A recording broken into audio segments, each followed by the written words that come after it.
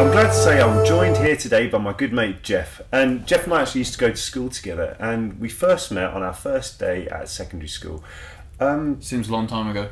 Yeah, quite a while ago now. Yeah, I'd like to think that outside of work, outside of the working environment, at least, we're very well, a lot more mature than we were then. But maybe not. Yeah, maybe not. Okay, then, mate. So let's crack on. So first off, thanks for coming on the show and thank you for having me, Ollie. Yeah, appreciate that. And answering questions for everybody. But do you want to explain to the guys what you do and how you got to where we are today in one of your buses?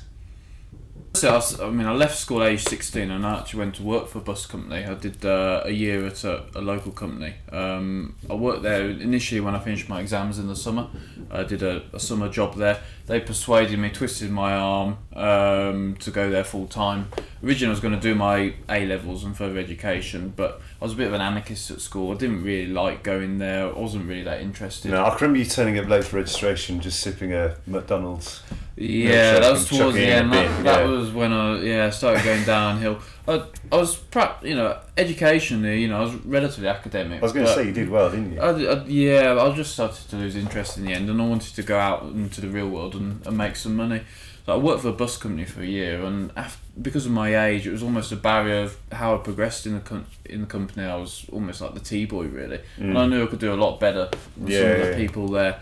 And after about 9 months or so, I started getting a bit fed up, and I thought, well, I want to run my own business. So I basically bought a bus, managed to persuade my dad to lend me a bit of money, bought one bus, hired a driver, and started Central Buses from there, age 16. So that was in September 2003. Yeah, because you used to actually do a few of the routes as well, didn't you? It wasn't just the driver. Yeah. As well. Yeah, I passed. Originally, when I set up the company, I couldn't drive a car, let alone a bus.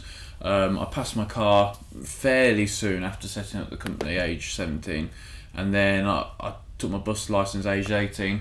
I did a bit of driving as well, but initially it was just me and the driver that I hired to run the bus for me. Yeah, sure. Okay, well, I think it's time for a bit of this. Question time. Okay, so let's get going with the questions, and the response has been absolutely fantastic, guys. So thanks very much for everyone who's been leaving messages on the Twitter page, on the Facebook page, and we're going to try and get through a few of them. So sorry if we couldn't get to everybody's, but we'll try and get a few of them in. So the first one is from Alexandra W, and this is through Twitter, and she says, did you follow specific guidelines to build up your business, or was it rather learning by doing? It's a good question, very good question. I mean, the answer is both, really. I mean, I had a very detailed business plan at the start, and although I'd probably recommend to anybody who does a business plan before setting up a business, but I did find that after a period of time, particularly a year or so, every year I was reinventing the business, and I was practically stripping it down, doubling the size of it, changing what we did and reinventing it. So a business plan after a year or two just didn't make sense, and what I do now is I plan it in bite-sized chunks. A 5 years business plan works fine for some businesses, but it just didn't work for mine. And I think the main thing is that I try not to make mistakes, and if I do make a mistake, I treat it as a lesson. Yeah. And that's very important. So if I do make a mistake, I'll try to learn from it, and so it doesn't happen again. Yeah, I mean, so one of the things I try and do is I always think that like a problem today is a lesson tomorrow. Yes, exactly. So very much that yeah, type of thing. yeah. Be proactive, learn from it, and move on. Don't dwell on it. Everybody makes mistakes, particularly in business. But the key is to learn from it and grow stronger as a result of it. Yeah, good. Okay, so Polly Maeve asks, Jeff, what has been the most or least impressive or memorable job interview you've held or given? Yeah, it's another good question. I mean, there's several, really. Of course, the more we expand and the more the company gets bigger, the more interviews we have to do. I think probably my most memorable recruitment would be a driver who on his very first day started with us, and this was fairly recently actually. And on the first day he told me he wanted basically the next day off work, and when we queried why he wanted this, because normally we ask for 2 weeks notice for people who want time off work, he said he had another job interview to attend. So I mean, I had to pick my jaw from off the floor at that point. But needless to say, we parted our ways pretty soon after. I was going to say he's going to be pulling into the depot. Yeah, no, not tonight. No, I think we moved on. So I think that's probably the most memorable. But fortunately, we've been able to recruit a lot of really good people who it's a pleasure to work with. So Yeah. it's unfortunately the bad ones do stick in your mind, but you know. Yeah. So what? How many people work for you now then? About 35 now. Right. Okay. So Quite a big size then. It's grown. Yeah, it's grown year on year. It grows. So. Yeah, oh, brilliant. So, okay, so the next question is from the Facebook page, and it's from Moran Angel Christensen, who is a Norwegian student in leadership and innovation, and she asks, how would you describe your leadership theory? And there's a few here. What do you think are the main differences between management and leadership, and what makes an effective executive? I think every business is a different type of leader. I mean, I try to manage by empowerment and develop people through the business. You know, leave them to run it. I try not to interfere as little as I can, and have a team around me of people I trust.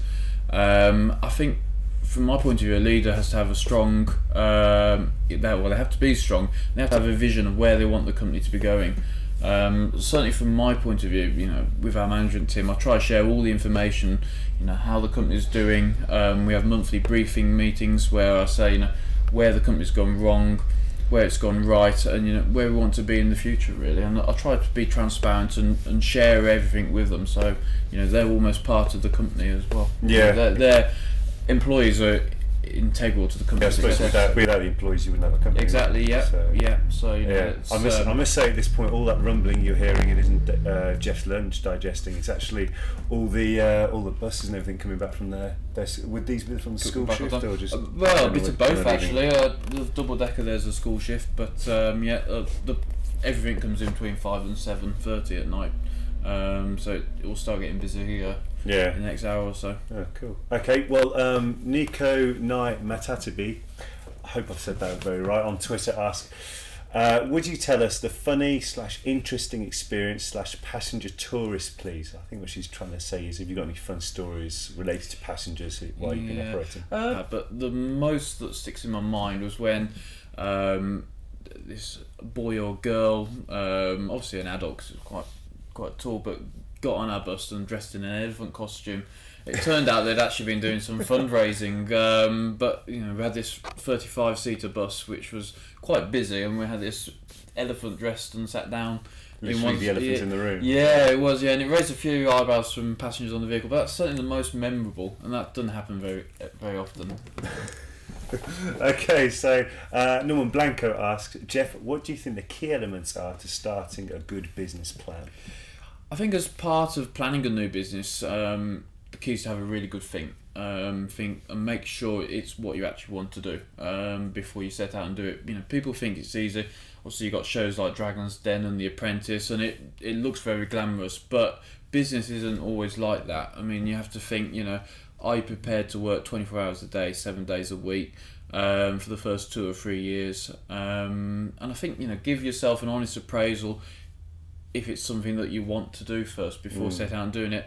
And once you're up and running, work hard, and then, you know, if you think you're working hard, work harder. You know, you need to do almost a self-appraisal, and you know, keep trying, and success will eventually come. But that's the key. I speak to a lot of young people who are thinking of starting the business. You know, just make sure it's something that you really want to do. Yeah, sure. Okay, so we'll be back in part 3 after this.